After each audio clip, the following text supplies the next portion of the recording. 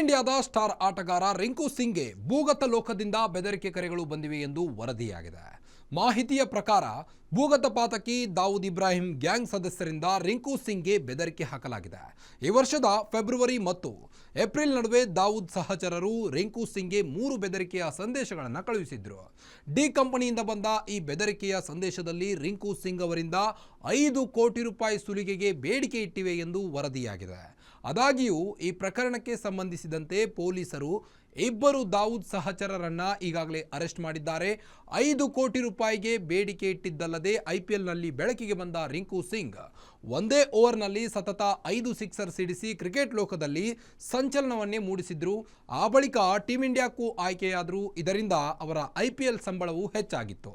ಇದರಿಂದಾಗಿ ರಿಂಕು ಸಿಂಗ್ ತಮ್ಮ ತವರಿನಲ್ಲಿ ಬಡ ಕ್ರಿಕೆಟಿಗರಾಗಿ ಅಕಾಡೆಮಿಯನ್ನ ತೆರೆದಿದ್ರು. ಇದೀಗ ರಿಂಕು ಸಿಂಗ್ಗೆ ಹಣಕ್ಕಾಗಿ ಬೆದರಿಕೆ ಹಾಕಿದ್ದಕ್ಕಾಗಿ ಪೊಲೀಸರು ಬಂಧಿಸಿದ ಇಬ್ಬರು ವ್ಯಕ್ತಿಗಳಲ್ಲಿ ಒಬ್ಬರು ಬೆದರಿಕೆ ಹಾಕಿರುವುದಾಗಿ ಒಪ್ಪಿಕೊಂಡಿದ್ದಾರೆ. ಇನ್ನು ವೆಸ್ಟ್ ಇಂಡೀಸ್ಗೂ ಇದರ ನಂಟಿದೆ. ಅದು ಹೇಗೆ ಅಂತೀರಾ?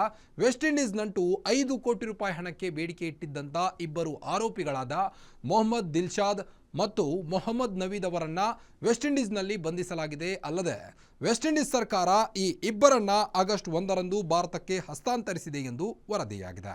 ಇನ್ನಷ್ಟು ಸ್ಪೋರ್ಟ್ಸ್ ಸುದ್ದಿಗಳಿಗಾಗಿ ನೋಡ್ತಾ ಇರಿ ಗ್ಯಾರಂಟಿ ನ್ಯೂಸ್. ಸುದ್ದಿ ಖಚಿತ, ನ್ಯಾಯ ನಿಶ್ಚಿತ.